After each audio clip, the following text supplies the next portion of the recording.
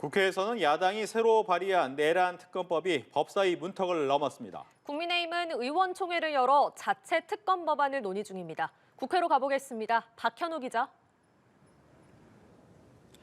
네, 국회에서 열린 오전 법사위 전체 회의에서 새로운 내란 특검법이 야당 주도로 의결됐습니다.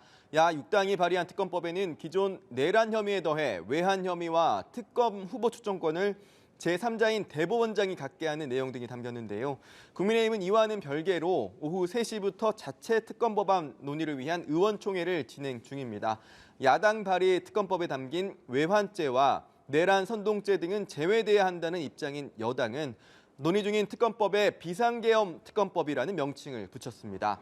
내란 특검법이라고 명명한 야당과의 시각차를 엿볼 수 있는데요. 그만큼 특검법 협상은 험로가 예상됩니다. 이런 가운데 국회를 찾은 최상목 대통령 권한대행도 여야 지도부와 차례로 면담을 갖고 특검법 합의를 촉구했지만 양측의 입장은 극명하게 엇갈렸습니다. 직접 들어보시죠. 여야가 위법하지 않은 그러니까 위헌적 요소를 없앤 특검법을 만들어서 수사가 안정적인 상황에서 적법한 수사가 잘 이루어지기를 바란다. 뭐 이런 취지의 말씀이 있었고.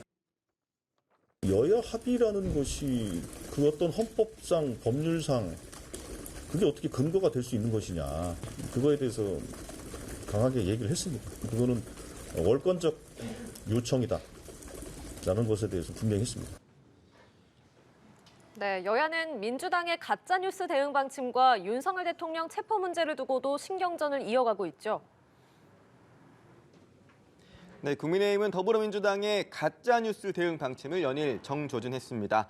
내란 선동 관련 가짜뉴스를 카카오톡 등으로 퍼뜨리면 일반 국민이라도 고발하겠다는 민주당 방침과 관련해 내란몰이가 평범한 국민과 청년들을 향하고 있다며 카톡 계엄령이자 공산당식 대국민 겁박, 또 입틀막을 넘는 폰틀막이라고 나를 세웠는데요. 권영세 비대위원장의 발언 직접 들어보시죠. 중국식 사상 통제라도 하겠다는 것인지 묻지 않을 수 없습니다. 앞서 얘기한 리얼미터 여론조사에서 32%에 가까운 국민들이 비상계엄은 정당한 통치행위라고 응답했는데 그렇다면 민주당은 우리 국민 32% 전체를 고발할 생각입니까? 민주당 이재명 대표는 가짜뉴스를 퍼뜨리는 것에 대해 조치를 하겠다는 것인데 국민의힘이 이를 왜곡하고 있다고 반박했습니다. 이 대표는 뻔뻔스럽게 가짜뉴스를 유포하고 이익을 얻으면서도 문제를 제기하니 반격을 하고 있다고 나를 세웠는데요.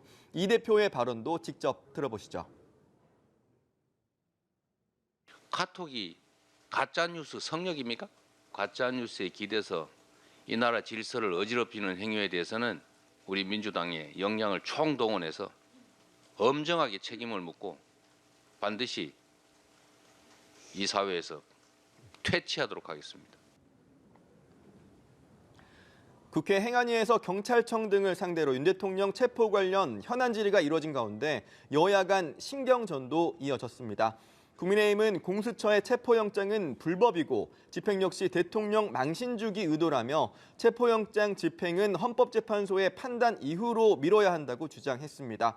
반면 민주당은 내란 수괴 체포가 지연되면서 그 잔당으로 인한 국민적 혼란과 국가적 피해가 커지고 있다면서 내란 수괴를 신속히 체포하라고 촉구했습니다. 이런 가운데 민주당에서는 윤 대통령이 경호처 직원들에게 체포영장 재집행 시 무기 사용을 지시했다는 주장도 나왔습니다. 윤건영 의원이 제보를 받았다며 윤 대통령이 경호처 간부들과의 오찬 자리에서 총은 안 되더라도 칼이라도 휴대해서 무조건 막으라고 지시했다고 주장한 건데요. 이와 관련해 윤 대통령 측은 무력 사용을 검토하라고 지시했다는 보도는 사실이 아니라며 허위 사실이라고 반박했습니다. 지금까지 국회에서 전해드렸습니다.